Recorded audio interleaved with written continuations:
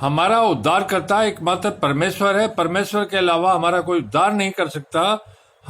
उसने आने वाले जगत को जिसकी चर्चा हम कर रहे हैं स्वर्गदूतों के अधीन ने किया, वरन किसी ने कहीं यह गवाही दी, मनुष्य क्या है कि तू उसकी शुद्धि लेता है, या मनुष्य का पुत्र क्या है कि तू उसकी चिंता करता है। तूने उसे स्वर्गदूतों से कुछ ही कम किया। तूने उस पर महिमा और आदर का मुकुट रखा और उसे अपने हाथों के कामों पर अधिकार दिया। तूने सब कुछ उसके पांव के नीचे कर दिया, इसलिए जबकि उसने सब कुछ उसके अधीन कर दिया तो उसने कुछ भी न रख छोड़ा जो उसके अधीन न हो।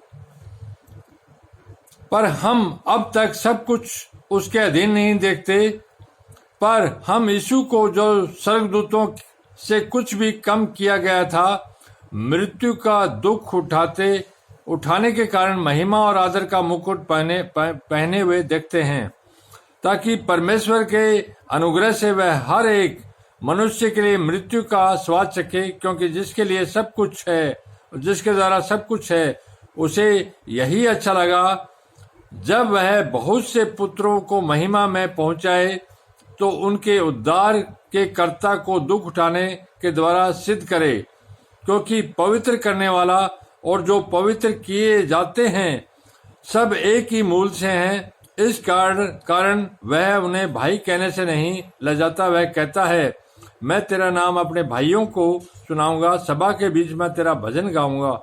और फिर यह, मैं उस पर भरोसा रखूंगा। और फिर यह, देख मैं उन लड़कों सहित जिसे परमेश्वर ने मुझे दिए हैं, इसलिए जब कि लड़के मांस और लहू के भागी हों तो वह आप ही उनके समान उनका सहभागी हो गया, ताकि मृत्यु के द्वारा उसे जिसे मृत्यु पर शक्ति मिली थी अर्थात शैतान को निकम्मा कर दे, जिसने मृत्यु के भय के मारे जीवन हर दासत्व में फंसे थे उन्हें छुड़ा ले, क्योंकि वह तो स्वर्गदूतों को नहीं वरन अब्राहम के वंश को संभालता है।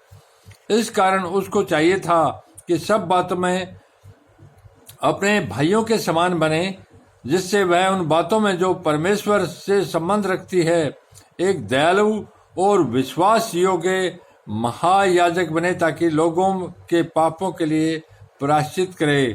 क्योंकि जब उसने परीक्षा की दशा में दुख उठाया तो वह उनकी भी सहायता कर सकता है जिनकी परीक्षा होती है।